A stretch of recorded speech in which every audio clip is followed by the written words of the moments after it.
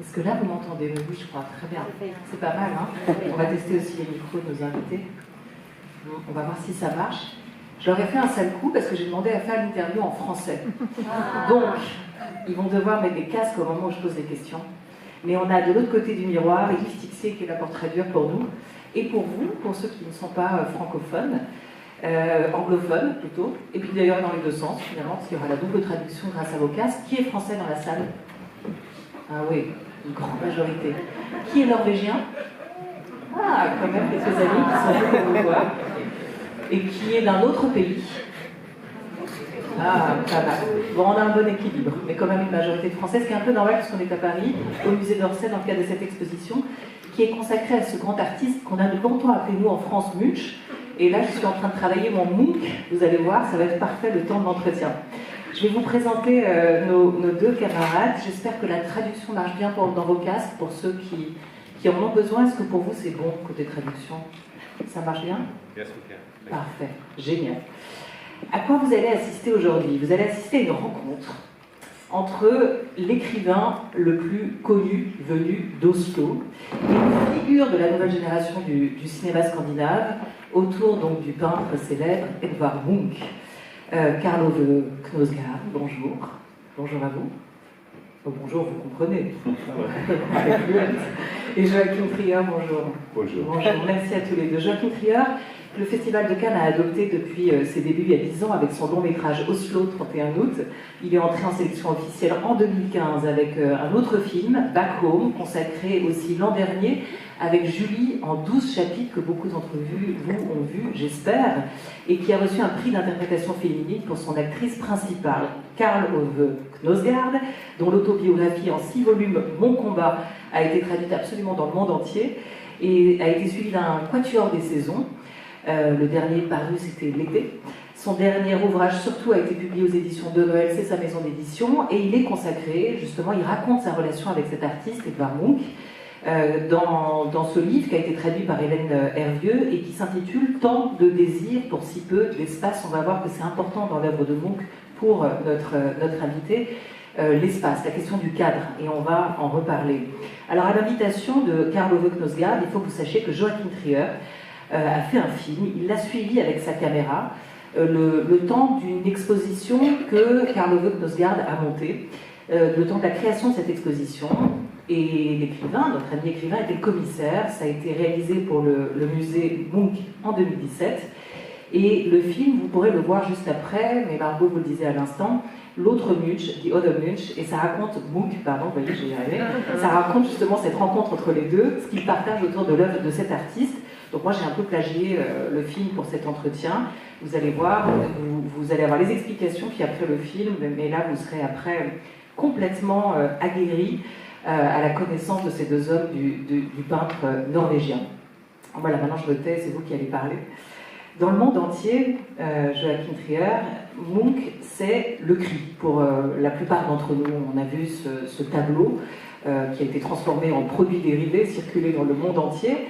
Et vous dites que ce tableau, c'est à la fois tout lui, c'est vraiment tout Edvard Munch, et en même temps, c'est juste une petite part de lui.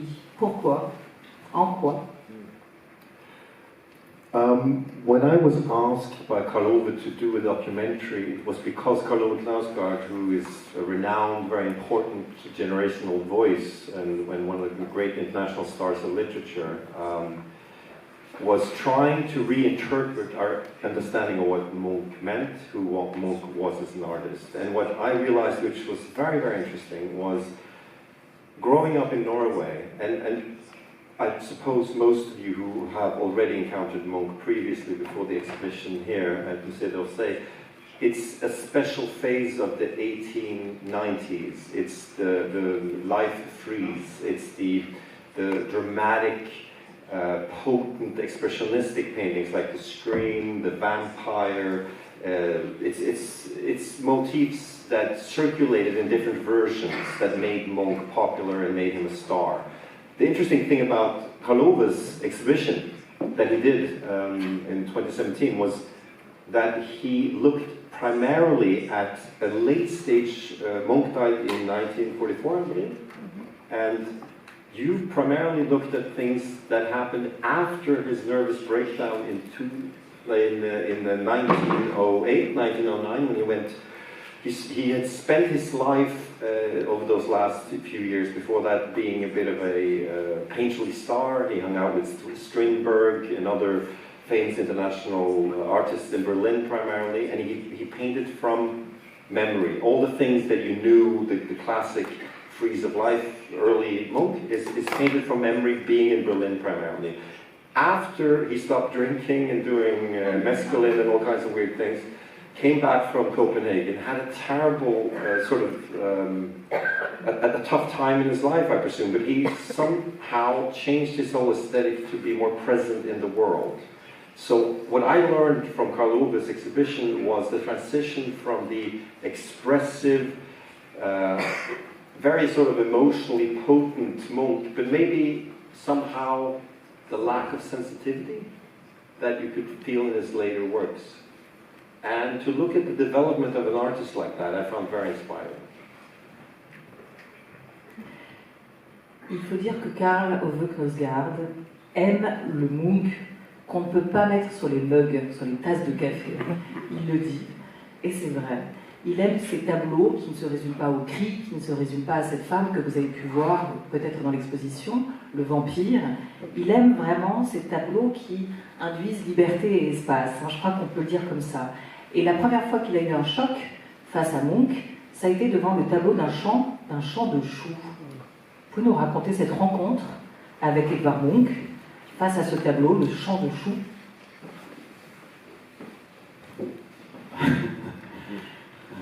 Yeah, I wrote a book about Munch because I did an exhibition of Munch, and I opened the book with the cabbage field, and it is central in the exhibition. And I think I agree with Joachim. If you grew up in Norway, or even if you are interested in art, the Munch is the screen. And the screen is about anxiety, and it is incredibly daring, and it's wild, and it is, and anxiety is something terrible, something hard, something very, very acute. But we have seen this painting so many times, you just see the painting. There's no emotion connected to it anymore. It's just an icon, an emblem, And when I was asked to do the exhibition, I was taken down in the Munch Museum in the basement, and they have 1,000 paintings and like 20,000 paperworks, and it all hung like it was a garage sale. It was like masterpieces, sketches, terrible things, failures, brilliant things, and I haven't seen it before. And is this Munch, And I wanted to try, is there a way to find that original expression in the screen somewhere else? And that was what the exhibition was centered around. And during that search, I think the cabbage field it's nothing compared to the screen. It's nothing, it is a cabbage field. So it's green, a bit of yellow, and it goes in towards, something deep, and it's a sky, it's nothing. But when you see it, it kind of, at least for me, kind of releases lots of emotions, not panic like scream, but more like there is a kind of a peace in it, but it's also death in it, and it is, and I realized, when Munch painted it, I think he was should be around 54, which is my age now. It's a different part of life, and I was just, this is Munch, and it opens the book, because that's also the mystery of painting. How can something so simple, how can colors and simple patterns evoke those depths in you? It's magic, it's mystery, and if you go and see the exhibition now, that's what it's about. You go in there and and if you analyze it, you say, no, this is simple, but if you feel it, I'm still a bit. We went and saw it just now, and I'm still a bit shattered by it, actually. Oui, vous l'écrivez, il est magique, si chargé qu'il y a presque quelque chose qui se brise en moi quand je le regarde, ce tableau, et pourtant ce n'est qu'un champ de choux. Et c'est toute la question de savoir aussi ce que l'art, parfois ce que certaines œuvres peuvent provoquer en nous. Et on ne sait pas dire pourquoi certaines œuvres, certains tableaux nous touchent. Mais c'est aussi cette démarche que vous avez eue pour cette exposition et que vous racontez dans ce livre, d'essayer de comprendre ce qui, dans l'œuvre de Munch, dans certains de ces tableaux, vous a brisé, vous a touché, comme vous le racontez en ouverture de ce livre. Je voudrais quand même, Joachim Trier, qu'on revienne sur le cri. Parce que c'est vrai que c'est l'œuvre la plus connue partout dans le monde d'Edvard Munch. Et alors c'est intéressant ce cri, comment il a pu peut-être infuser nos consciences collectives. Je ne sais pas si vous voyez ce petit emoji, cet émoticône qui a sur nos téléphones portables, de cette figure qui a peur, comme ça. Hein, c'est vraiment le cri de Munch. Et vous dites que vous, sans le faire exprès, inconsciemment, on vous a un jour fait remarquer que dans l'un de vos films, Oslo, 31 août, il y avait cette même expression de peur, d'effroi que vous aviez reproduite. Yeah, it's true. No, it's interesting.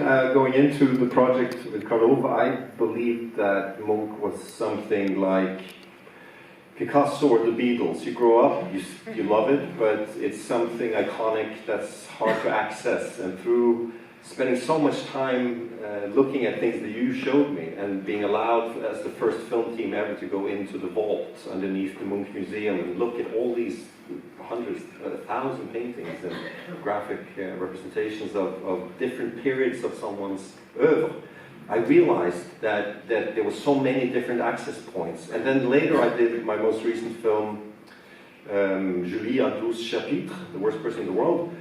And suddenly, when I premiered, people in Norway started talking about, there's a scene when she's crying and she's walking down from Ekeberg, for those of you who are Norwegian, on the kind of east side of Oslo is like a valley. And the sky is behind her and she's sort of devastated and melancholic. And everyone starts talking, oh, it's exactly where the character is in Scream. It's exactly the same place. And I didn't know. So obviously, like, somehow it's like, I felt stupid. So like, the first time someone asked me, I went, yeah, sure, that was on purpose. But it wasn't. It subconsciously affected me a lot, this whole thing. And then going further back, you could say, some people have said that Scream is the first piece of pop art. Maybe that's an exaggeration, but it's a clearly iconic, as you say, representational figure. And we've discussed that a lot. Do we like that painting? Is it possible to feel that painting? To me, it's kind of strangely empty. But on an abstract level, and as an art historical piece, it's tremendously important. But it's the opposite of the later monk who paints just to paint. He sits and he paints trees, a field, someone picking an apple, a man painting a wall. He looks at life, he's present. Whereas in Scream, he's the opposite. He's internally concerned, he's expressive, he's trying to capture an emotion through a very clear representation, which is not subtle at all. I'm interested in that too. But I love the fact that you've kind of countered that expectation in the things that you chose. Comment vous faites le cri?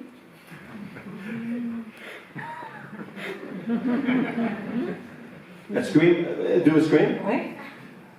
But as a filmmaker, this is the thing. You mean like that? Yeah, but that feels empty. So to be able to do the scream, you need content. I work with an art form that deals with time, so it's about development. You know, I admire painting too much to try to get close to it. Voilà, on criera tous de la même manière désormais après avoir vu l'expo Munch. On doit peindre des personnes vivantes qui respirent et s'émeuvent, souffrent et aiment. Ça, c'est ce qu'écrit Munch dans ses carnets en 1889. Il veut peindre l'amour, il veut peindre la peur, il veut peindre l'angoisse, il veut peindre le doute aussi. Et on a dit depuis que c'était vraiment un peintre de l'âme humaine, un peintre qui aime explorer l'âme humaine. Et ce qui est intéressant, c'est que finalement, il le fait, Karl Ove Knaussgaard, dans sa dimension la plus universelle aussi. C'est peut-être pour ça aussi que Munch nous parle autant, c'est qu'il peint ses émotions d'une manière extrêmement universelle.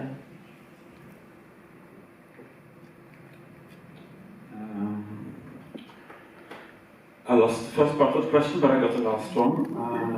Lost in translation.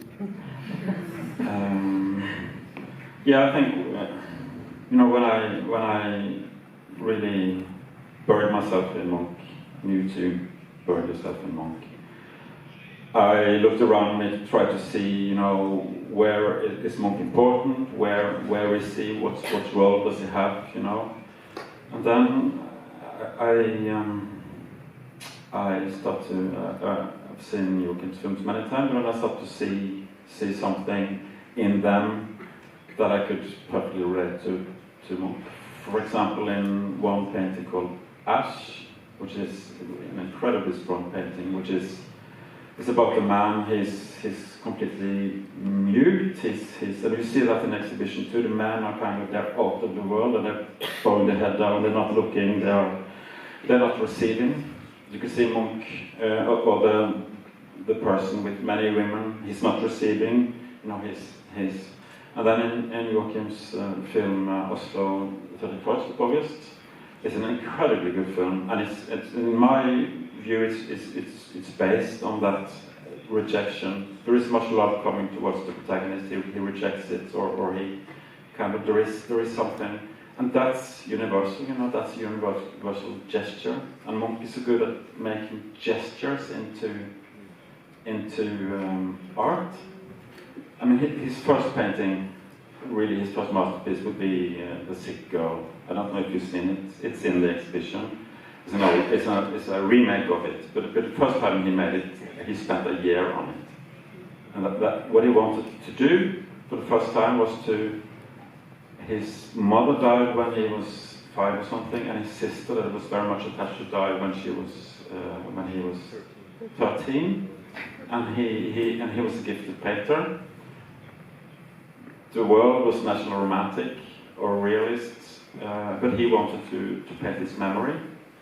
So he had a live model, and he tried to make it right, and he tried to get that emotion, what he saw when she was on the deathbed, in the painting.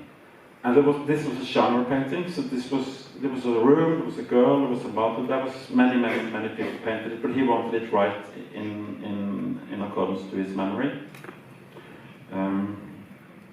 And he struggled like 1 year to do it, to make it, to kind of cave in and try to represent his memory.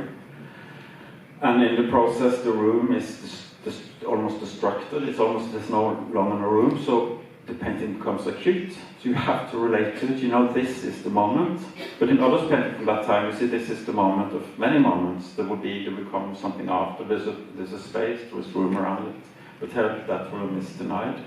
But the gesture is the brilliant thing. It's the mother who's bowing her head down and is full of sorrow, and it's the dying girl that's kind of uplifting or trying to encourage her or whatever. And it's just in that gesture. That's such a great gesture. There's so much in it, you know. And later, that was where he went for like 10 years to get gestures, the iconic things, and they all resonate to us. But in a bit stupid way, you know, if you see anxiety, it's stupid. It is very direct. This is anxiety. It's like an illustration of anxiety. But if you see it in the painting, in person, it's not embarrassing. It is the emotions, but the emotions are embarrassing to see them directly. I think you're onto something interesting. Speaking as Norwegians, there's a paradox of many Nordic artists is that. And I'm generalizing, knowing that I am, and I don't think it's completely true, but I think in Protestant Northern European culture there is a lot of sense of virtue, withheld emotion, long winters that you need to sustain yourself, and you know, it's sort of a place that is unlike, we believe, a more Southern European, lively Catholic openness about emotion and expressivity. But the artists that get to be most famous sometimes, like Munch or Ingmar Bergman or Trier, the great director, are people that are very expressive and vulnerable in that climate of the austere Scandinavian context sometimes. I mean, Munch to me is like really a paradox.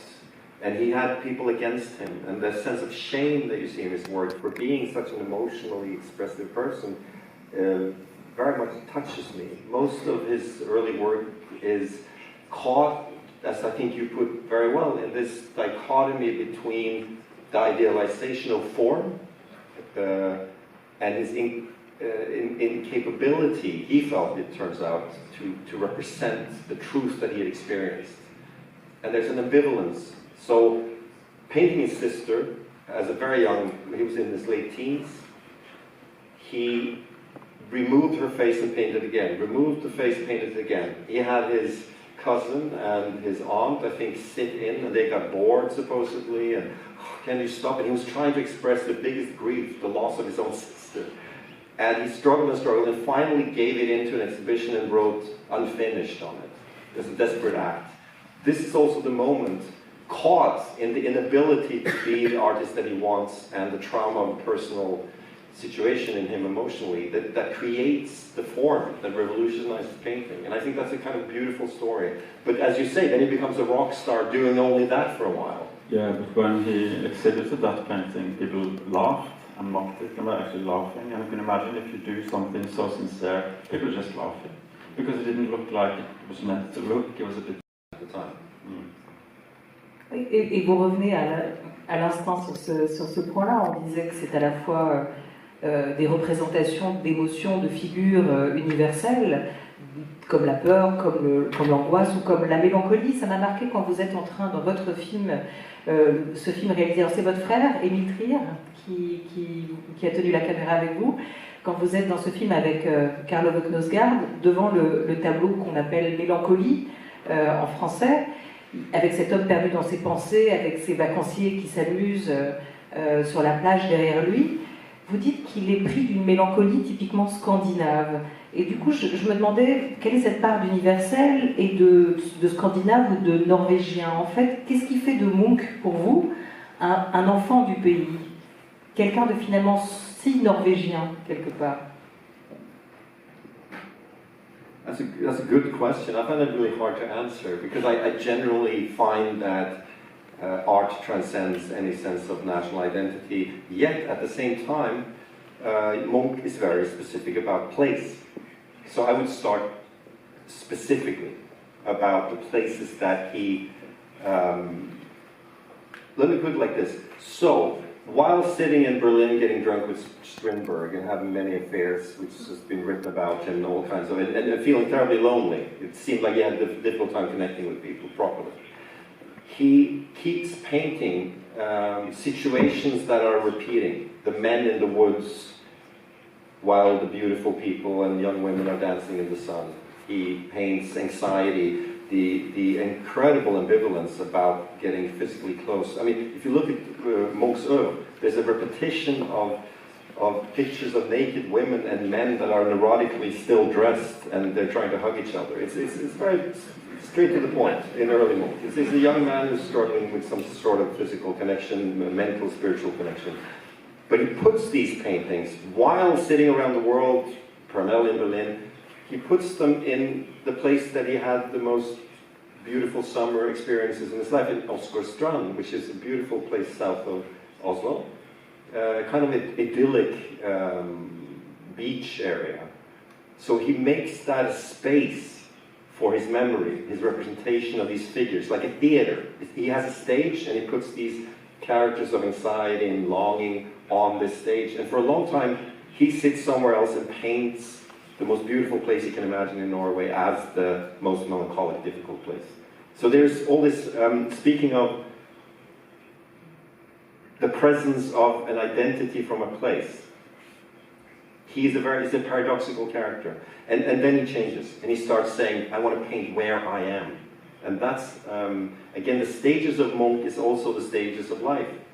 The young, yearning person who wants to be the ideal he can't live up to. The star who thinks he's achieving something, but actually is just digging himself into a hole. And then the catharsis of becoming a painter who doesn't care what other people think. And being discovered many years later by a great writer, so that we can see all the trees and the people and all the stuff that didn't really sell so well, but that he enjoyed being a human being present in the process of painting. So there are some stages that's interesting. Yeah. Et pour vous? And for you? Yeah, no, it's interesting, because that was a genuine experience I had, and I'm sure you also had it. Because when you see those paintings, you think, yeah, they're universal, you know, they're not specific in any sense. But we start to travel to his places. So we went to Oskarstrand, we went to Kragerø, we saw his house in Oslo, and I realized you could see, oh, that's that painting, that's melancholy. It's actually that place in the world, you know. And then you move 10 meters, and there's another painting, and all this painting was like 50 meters radius around his house. Didn't go far. When he painted the forest, it was the forest just outside his house. So it is incredibly local, you know. And it's only him, so it's him and where he is. And then he had his breakdown and everything changed for him. Basically the first really major painting he painted was the sun, you know. That's the most universal of all, you know, that's the sun. But we went to the place where he painted the sun, so here's the sun. It's this sun from here, from this specific place. So, and also he was in his house for the last 40 years. Got a big house, and he had paintings everywhere, and he stepped on the paintings. They were kind of out in the garden, there were bird shit on them. He didn't care. He cared painting, and then another painting, and then another painting. But when we saw it, and when we were there, I thought that is the sense of someone so dedicated. It's almost like Marcel Proust. You get a sense of him being in his books, you know, the last part of his life, just writing. And it's the process, it's being in that I think Munch was.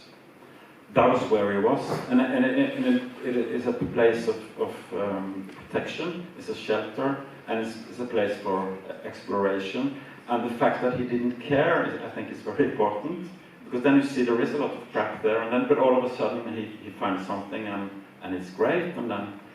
So what we found it difficult was how to rate it. What is a good painting? You know, what makes a painting good? When you see something like that, you know, where is the quality? How to relate to it? Il faut quand même que je vous dise que Proust, ça a été le premier grand choc littéraire de Karl Ove Knaussgaard. On peut se faire un petit cocorico, parce que peut-être que sans notre Proust national, il n'aurait jamais continué ou commencé vraiment à écrire, et notamment peut-être jamais écrit Mon combat, son autobiographie en 6 volumes, right? Yeah, that's very much true, because when I was in my 20s, I wanted to be a writer. I really wanted. Like you wanted to be Proust? No. No? I haven't even heard about Proust. I wanted to be a writer, tried to write, didn't work out. And then, one summer, Proust was finally translated to Norwegian. And then the translation was on sale, so I could afford to buy it, so I bought it. And the whole summer I sat and read Proust. And I didn't have any money, so I drank water, read Proust. And then, like maybe 6 months later or 7 months later, I could write. I know how to write, no? And then, if I look back at and I didn't think about Proust at all, there's nothing to do with that. So if I look back to my first book, I could see, you know, oh, I stole that, I took that. It was a whole way of thinking of literature that released something in me. And that's the way it is, you know, if you meet someone like that, have an experience like that, you can go there and you can use it, and if you can make it your own. Mais Proust avait une relation très compliquée à son désir, une relation très compliquée au désir, Proust, et une relation très compliquée aux femmes aussi. Donc on ne va pas parler de votre relation aux femmes, Karl Ove Knaussgaard. On va en revenir à oui, merci. Hein.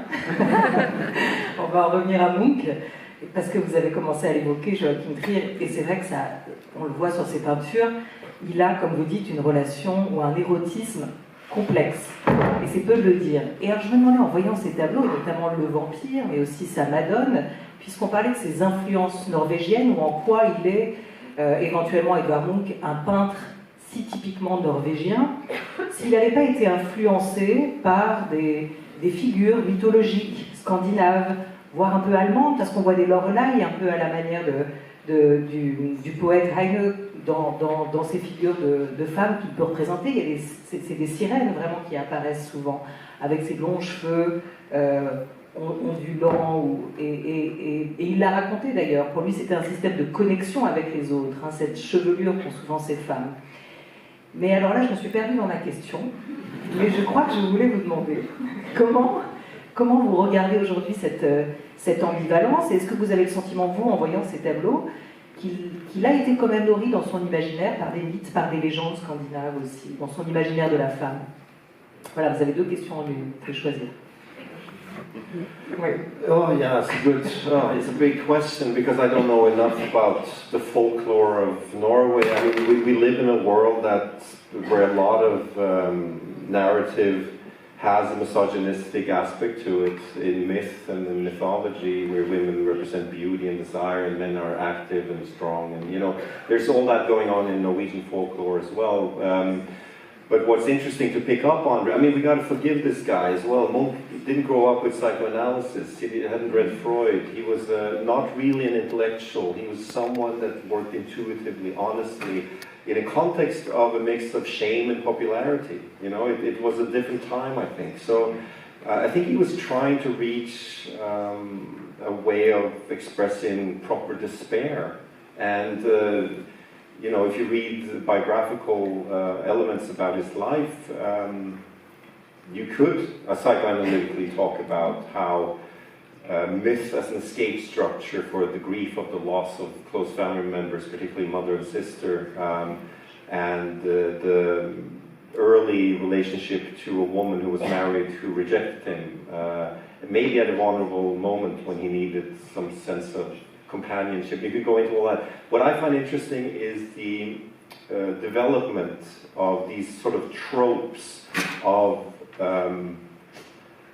the abject emotions. What we don't want to talk about, even in modern culture, about death and eroticism and despair and loneliness and all this stuff. I get very emotional in front of his paintings in a very immediate way.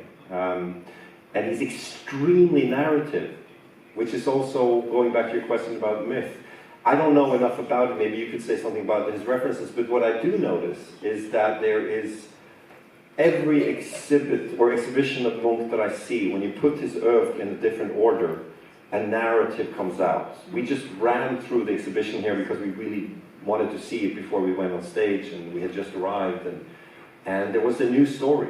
There was a new possibility. Not all painters have such a narrative quality, and I think that is very inspiring, very interesting. It's almost like a montage game of putting things in different orders, and you start telling a new story.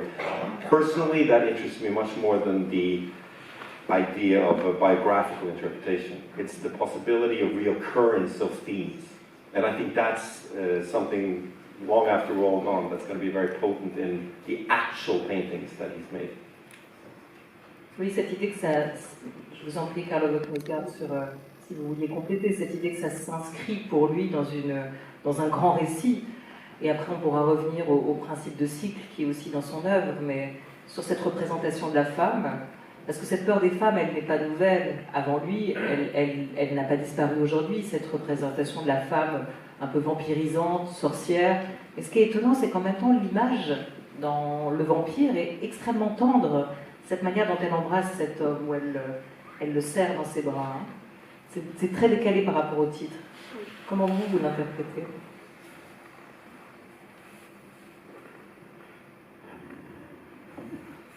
There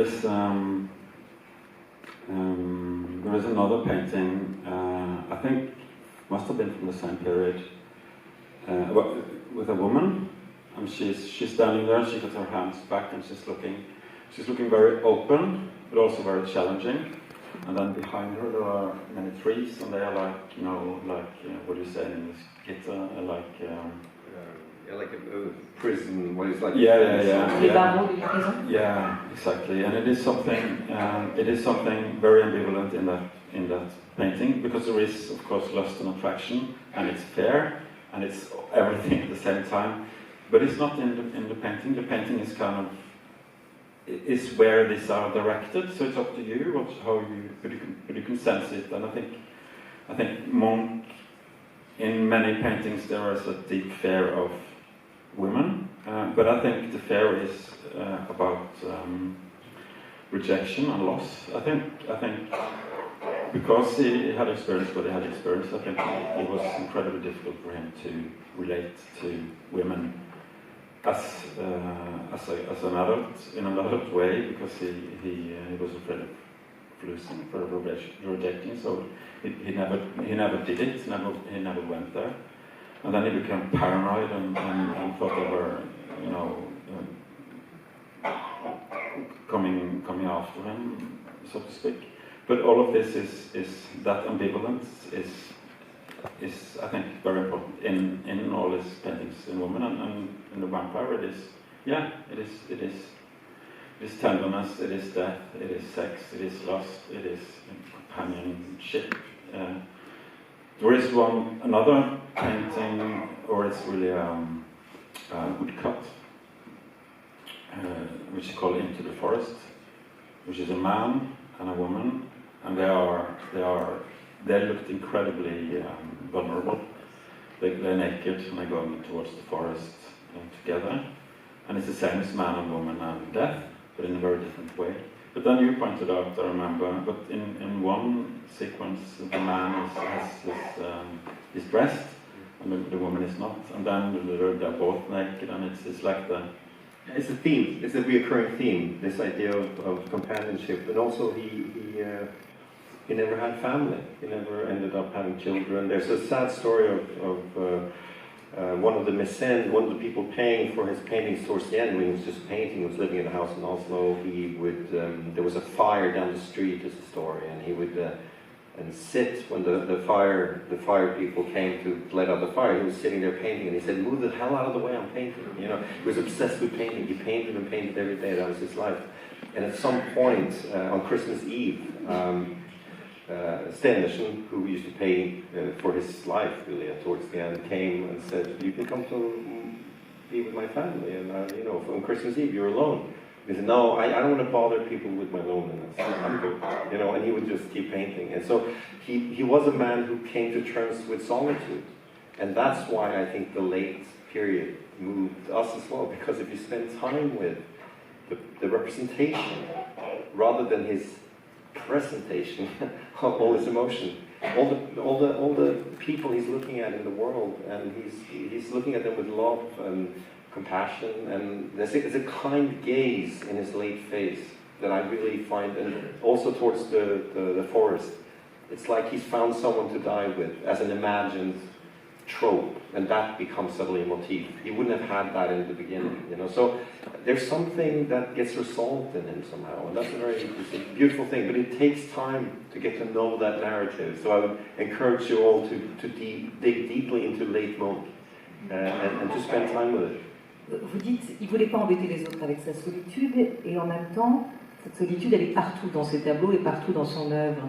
Est-ce que vous diriez, Karl Ove Knaussgaard, qu'elle... peut-être, en fait, pourquoi il peignait? Est-ce que vous pensez qu'il peignait pour les mêmes raisons que vous écrivez? Pourquoi? Qu'est-ce que lui recherchait, en tout cas, dans cet acte de peindre et de jeter sur ce tableau tout ce qu'il ressentait?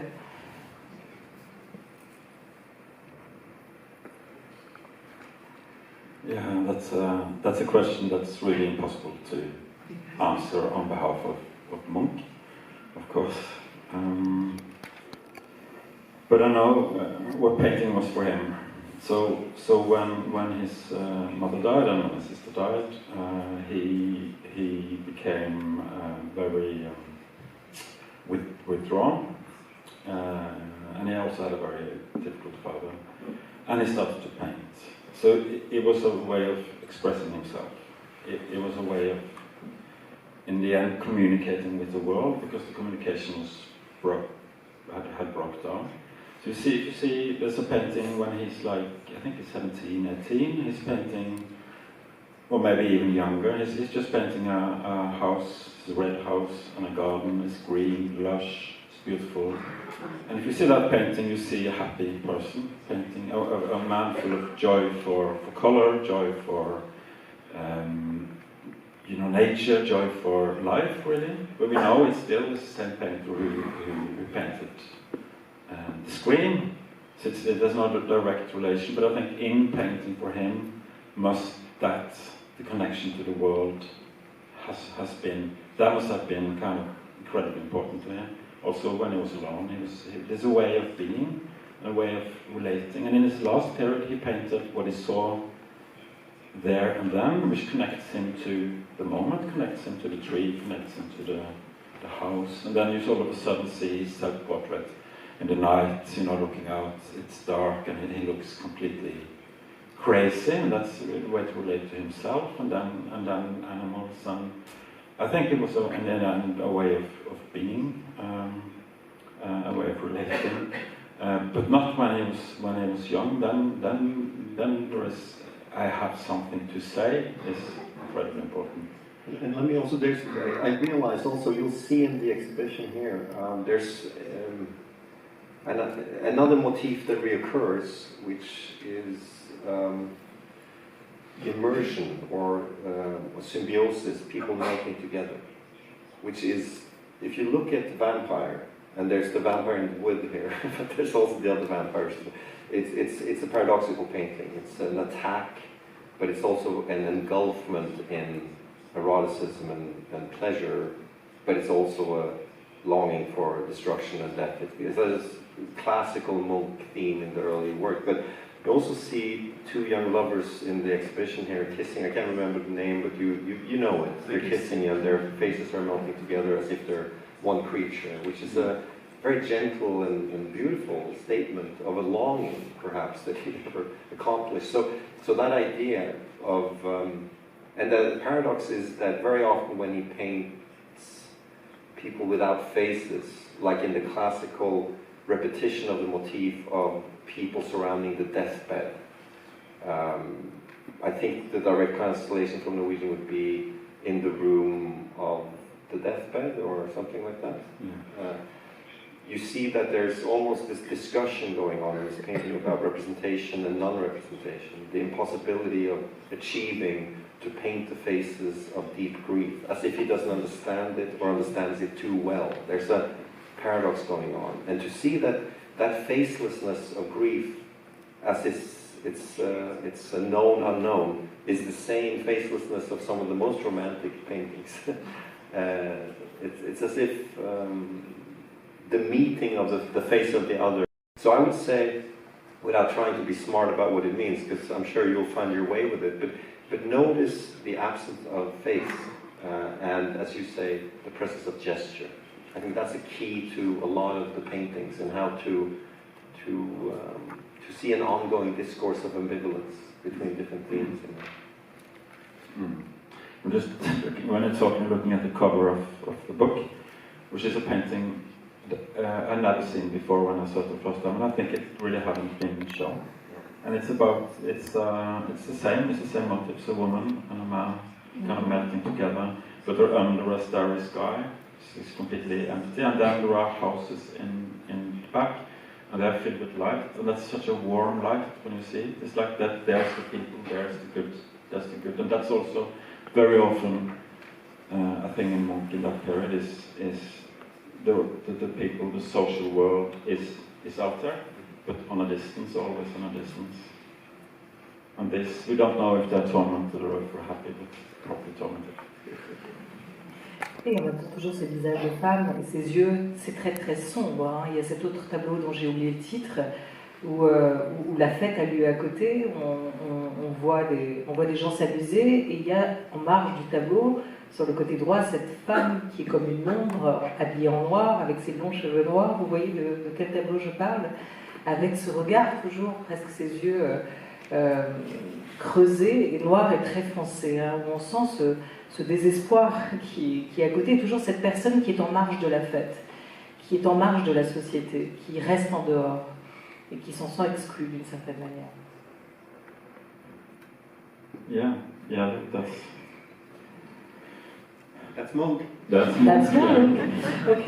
Non, je reviens sur la question de l'écriture avec vous, si vous voulez bien. Et vous l'avez, dans ce livre, vous dites, c'est une assez jolie manière de voir ça, qu'il peint aussi pour voir aussi ce qui peut surgir de l'art. C'est-à-dire qu'il y a une quête en permanence chez lui dans ses peintures. Il peint ce qu'il ressent, il peint ce qu'il voit, et il veut aussi voir l'effet retour, si on peut le dire comme ça. Et que c'est sa manière à lui, en tout cas, de se sentir en vie pour de vrai. Et c'est ce que vous écrivez dans ce livre. Est-ce que vous écrivez pour les mêmes raisons? Pour, vous disiez a way of being, hein? Est-ce que pour vous écrire c'est une façon d'être et de vous sentir vraiment en vie? Est-ce que là il y a peut-être des raisons communes, un parallèle à faire?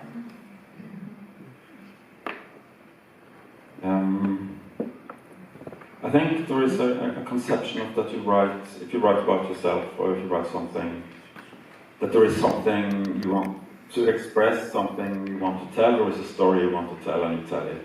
Or if you're a painter, I've seen something, I want to paint it. But in my experience, that's not how it is. It's if you think about the art made in a specific place, so you go to that place, and it's what happens at that place that is relevant. So no matter what you have a lot of ideas, a lot of stuff, a lot of things, and you go into a process, and it is very much about getting rid of what you know, and then something happens that hadn't happened before, and that's art. So if a very good artist will be looking at that and reacting to that and dealing with that, what's haven't happened before, what's happening now, and that's the important thing, because it's when it's alive, and that's life, and that's when you see it, that's how you can connect to it, because you're yourself at that place, because life isn't planned, life is happening right here and now, all the time throughout your life.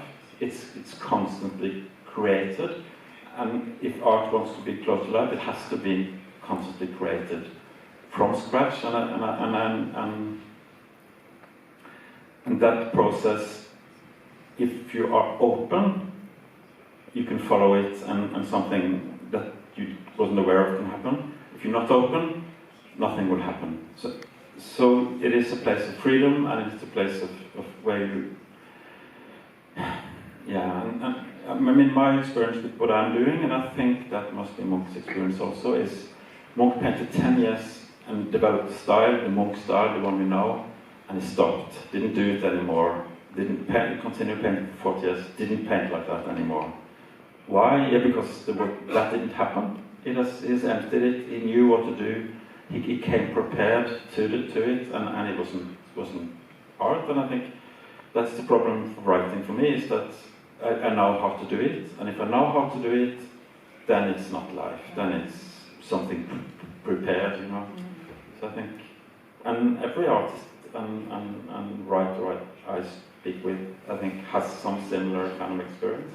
I'm sure it must be the same for you at all the stages of film production, that it's when something happens, it's good, you know. Yeah. No, I agree. The idea of the event for an actor as a writer, it's that exactly. Like Renoir said directly, leave a door open on set, and someone will walk through it. You know, like you got to invite that sense of chance. And I think in writing, that is very admirable. Because you're alone and you have text, and like how to get into that zone of flow. But you've said this very often, which is relating to your question, this idea of it's a place to be. I think that's very beautiful. Like, if I really pushed you in the documentary, like why do you write, or what does it mean, and try to get some larger abstract idea. No, it's a place to exist. It's a place to be. You like to be in writing. Yeah, but it's because I do like. It's the same as to read. It's the same thing. You know, it's a place to be.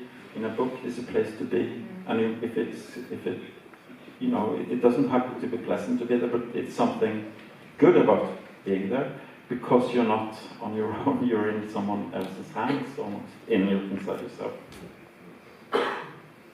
Et vous avez aussi cette formule, hein, quand vous dites que Munch nous ouvre les portes de sa mémoire. Hein. C'est vraiment aussi un endroit, c'est cette invitation à entrer chez lui dans ce qu'il a vu, dans sa mémoire, et vous le formulez de la même manière. Dans votre film, vous travaillez vraiment au corps Karl Ove Knaussgaard. Hein. Vous essayez de chercher les similitudes, de comprendre ce qui a interagi entre lui et le peintre, et Munch. Est-ce que Karl Ove Knaussgaard, vous avez peut-être envie de vous venger un peu, et maintenant qu'on est là face à ce public, est-ce que vous voulez faire le même exercice mais sur Joachim Trier et chercher les parallèles, comprendre pourquoi il s'est intéressé lui à un moment à Munch? On pourrait faire sa psychanalyse là, dans ce moment. Vous voulez y aller? No, not really. I want to be friends with Joachim. Non, ça va? Tout va bien. Bon, bah alors, on va continuer. Est-ce que vous pouvez nous parler, on a parlé du côté très littéraire de son style. Je trouve que c'est peut-être intéressant parce qu'on le présente comme un peintre totalement seul, exclu de la société, replié, isolé, mais il a beaucoup travaillé, notamment pour le théâtre. Et sa rencontre avec Ibsen semble avoir été aussi assez importante. Il a travaillé pour illustrer des programmes de ses pièces, il a travaillé sur une partie des décors aussi, c'était sur les revenants de mémoire. Est-ce que vous voyez quelque chose de théâtral aussi dans son œuvre? Est-ce que ça l'a influencé, ces rencontres? Karl Ove Knaussgaard.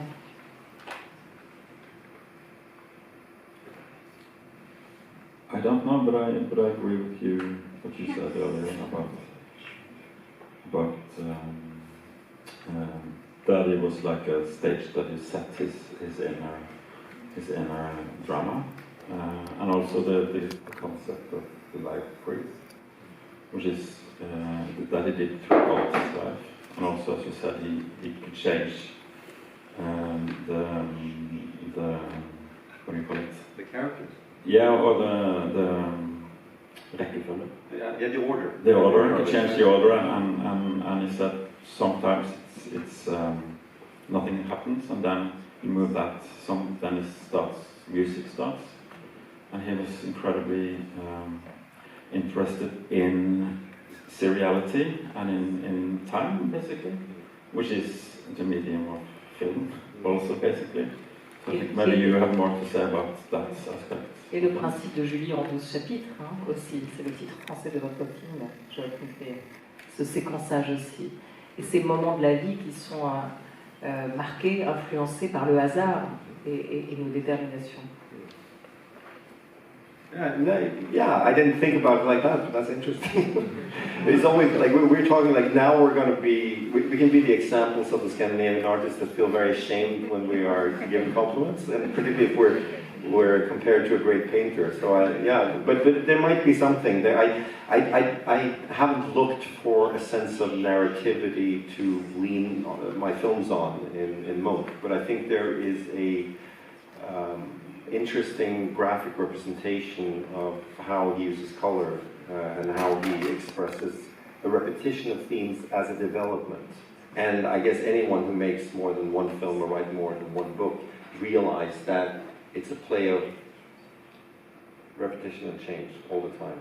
I don't know how you feel. Like Karl Ove, for those of you, probably most of you know his writing, but he's gone through some very interesting changes. Like you were kind of a novelist of a very sophisticated sort, and then decided to say, away with it. I want to be more free jazz. I want to be more spontaneous. You want, and then wrote yourself into a place where you said, now I've, in an excessive, personal, vulnerable way, emptied my biographical storytelling abilities. I will never write again, as if it was a literary suicide. And then you have returned with literature of a more mythical sort. So, but what I haven't read everything you've written, so but maybe you could answer, like, do you feel that there are still things reoccurring in your work that you're aware of? Yeah, it's all, yeah, I think you have your subjects, and you have your thoughts, and what literature can do is to help you to get them from a different angle, I think.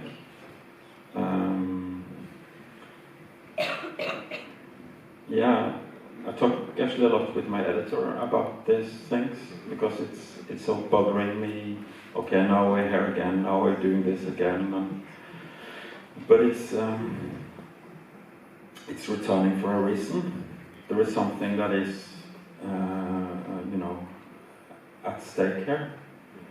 And the rule, and I think that was Bergman who said, when he's making something, the only aim is that this scene would lead to another scene, and then that scene will lead to another scene, and then you have a film. And it's the same in a book. You have this, and it leads to something, and that energy, it leads to something. You want somewhere, you want to find something, you want, that's the energy of the book, or energy of the writing. Maybe it also could be seen as a way of, moving away from yourself or whatever. But I do think all the writers I like, and it has reoccurring themes. and the variations. Vous avez vu? Il a retourné la question. Au lieu d'y répondre, il l'a retourné vers vous. Vous avez fait encore un peu avoir. Voilà. Et Joachim Trier, il n'a pas répondu à la question. Vous êtes très fort.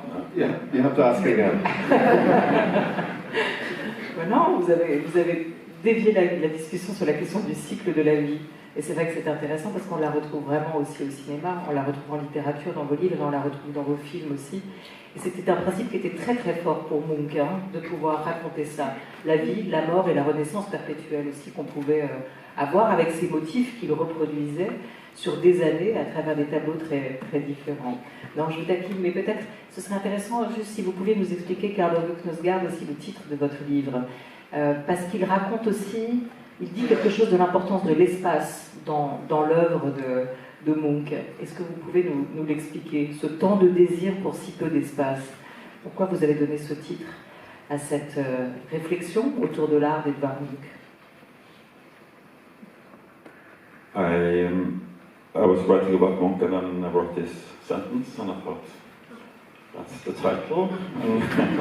And I did so because it is really, if you see one of his paintings, only see one of his paintings and you see how packed they are with emotions, you know, and especially longing. And I thought that is kind of the core thing. And then space is important in many different ways that we don't have time to come into here, but it is very much something, in that's important. Joachim Trier, on essayait de comprendre, puisqu'on est sur une thématique sur les imaginaires norvégiens, qu'est-ce qu'il a laissé pour vous aujourd'hui comme marque, comme trace dans l'imaginaire scandinave en général, Munch? Est-ce que vous sentez que son héritage aujourd'hui est encore assez fort et qu'au fond, peut-être tous, vous, artistes, dans la réflexion qu'il avait sur son art, vous pensez lui devoir beaucoup encore aujourd'hui? Yes and no. This is the paradox. It's taken until recent for Norway to create a proper Munch museum. When he passed away, since he didn't have family, he gave something like 3,600 pieces of art to Oslo as a city. And a lot of it, for many, many, many years, was not exhibited, which I thought was a shame. And I think there's been sort of a revolution recently, which Karl Ove is a part of, and many other people who have curated different perspectives on Munch. So there's been kind of a bit of a revival, I would say. I know this is very controversial because there are many schools of Munch expertise. There are many perspectives. I understand. Just it's always a delicate subject to talk about an artist because there are different generations that have different interpretations. But just from my coming from the outside in perspective, I feel that a bigger spectrum of Munch is now available to be discussed, to be felt, to be experienced. And I think the exhibition here in Paris is an example of this. And I'm very happy. I think it's timely. I think it's beautiful. I'm happy to hear that it's one of the most popular exhibitions at this museum, which is such an honorable place. It moves me because I have grown up experiencing that Munch didn't have a proper museum in Norway. He has one now, and it's wonderful to go there. It's wonderful to take our children to see Munch and to experience it in a broader context than just the most famous paintings that we know. So what we owe him a lot. I mean, he's one of the most important painters in the history of painting, in my opinion. And he came from a little strange country in the North Pole, Norway. And we see a representation of place, nature, weather, an attitude, something that I can respond to. And as I said earlier, seemingly unconsciously have copied time and time again without meaning to even. So he is a texture of our artistic understanding and narrative somehow.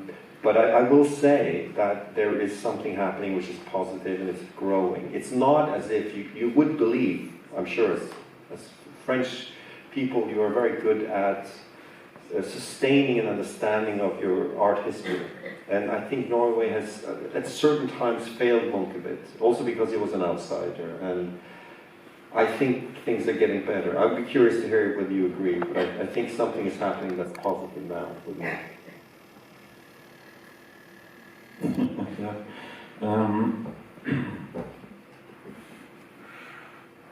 Yeah, he is basically the only artist of a certain, level that comes from Norway. So if you are growing up in Norway and interested in art, it's him you relate to. And in writing, it's Ibsen and Hansen, and it's not many, So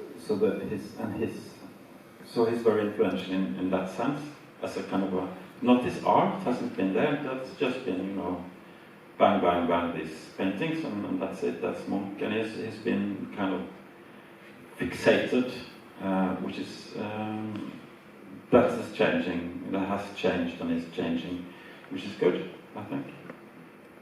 Et vous racontez quand même, pour raconter, enfin, la place en tout cas symbolique qu'il peut avoir, c'est que on l'a vu avec Miro, on l'a vu avec Klimt dans certains pays, en Norvège, dans les écoles, il y a des tableaux, il y a un tableau, et généralement le cri de Munch, c'est-à-dire que c'est à ce point familier que vous avez grandi avec cette imagerie, non pas de toute l'œuvre de Munch, mais de certains tableaux qui étaient ultra présents. Et un artiste que vous aimez beaucoup, et sur lequel vous avez aussi beaucoup travaillé, Karl Ove Knaussgaard, c'est Anselm Kiefer. Si Edvard Munch avait rencontré Anselm Kiefer, qu'est-ce qu'il se serait dit, d'après vous? Qu'est-ce qu'ils auraient eu à se dire? Good question. Because I've met Anselm Kiefer, and he's been doing the talking. And Munch was very much the same. If you read people who met him, he did the talking. He when he met people, he talked non-stop and occupied that space. So you have two artists, both doing the talking. I don't know how that will go. But I was also in his studio here outside of Paris, and one of the only other artists I saw there was Munch. It was the one we talked about, Into the Forest. That was there. And I talked with him about Munch, and he said one of the most weird things about Munch was how much bad things he did, how much crap he was in his production. I think that interested him. And then he said when he dies, he had instructed people to remove and destroy his bad art. He's very conscious of quality. Munch wasn't, he just gave everything away. But in the book I'm writing about Kiefer and Munch. And the thing with Munch is that he's making something acute. You are there with the painting, and it's very direct, and it's here now. That was what he did. So it's anxiety, it's all kind of emotions. Then I went and saw Kiefer. I had many exhibitions with him, and it is exactly the opposite. It's his adding time, like mythological time. He's adding like thousands of years to everything, and there's no people there. There's no, there's just space, just time and space, And then I thought, that's what we need now, because we live in a time that is completely acute. When something happens somewhere in the world, we know about it instantly. We relate to it instantly. Everything is instantly. Everything is here now. So we live in the screams world. In Kiefer, it's his kind of opening it up or giving it another dimension or giving it depth in a way. And I think he's an exceptional artist, and I think he's also looking for the iconic. I think, but that feeling of being completely opposite, still being related to the opposite, because times are different now. We need different art, and in Munch's time, they really needed that sense of acuteness, because in art and everything was about space and distance, and you're looking at misery and on distance, and he kind of wanted it in your face, but now everything is in our face. We need some space. Et la solitude est très compliquée aujourd'hui, l'isolement. C'est vrai qu'on n'arrête pas de s'interroger sur son œuvre, mais c'est toujours curieux de renverser la question et de se demander comment Munch aurait vu notre monde aujourd'hui, hein. Comment il aurait vécu dans ce monde-là, et notamment dans la Norvège ou l'Europe d'aujourd'hui, hein. Quel regard il aurait posé sur cette société, sur ce tout image aussi. Yeah, it's a good question. I have a feeling the late Munch that we were very concerned with in the film you're about to see wouldn't have cared so much about the sociological perspective, but he would have made some interesting observations. If you look at late Munch, I mean, he would sit and paint trees for weeks and years and just look at them as almost like a phenomenological observation of the treeness of the trees. Not caring whether it carried an emotionality that was important and poignant like his early phase, or whether it had any purpose. There's a sense of purposelessness to some of his later things, which is loaded with what feels more like an unconscious emotionality and a vulnerability that is somehow, I think, countering the early phase. And I think that is more in the... I think that part of Munch is also speaking to us now for the reasons you're saying, that we have a lot of immediacy and explicitness and strong emotions in our face all the time. And I think Munch went through a development. So who knows where we would have ended up, I don't know. Time is up, on dit comme ça, non? Time is up, comment on dit en anglais? Aidez-moi. Je sais pas si c'est terminé. Time is out. Comme ça. Merci beaucoup, messieurs, mille fois merci à tous les deux. Merci pour la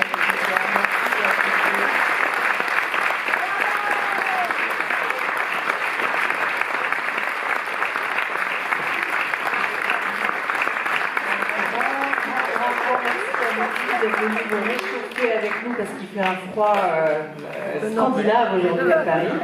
Et on était tellement mieux tous ensemble réunis. Un grand merci aux équipes du musée d'Orsay, à la technique, au son, à notre camarade traducteur qui est en coulisses, Yves Tixier, qui nous a aidé à fluidifier l'échange. Merci à Margot pour son accueil.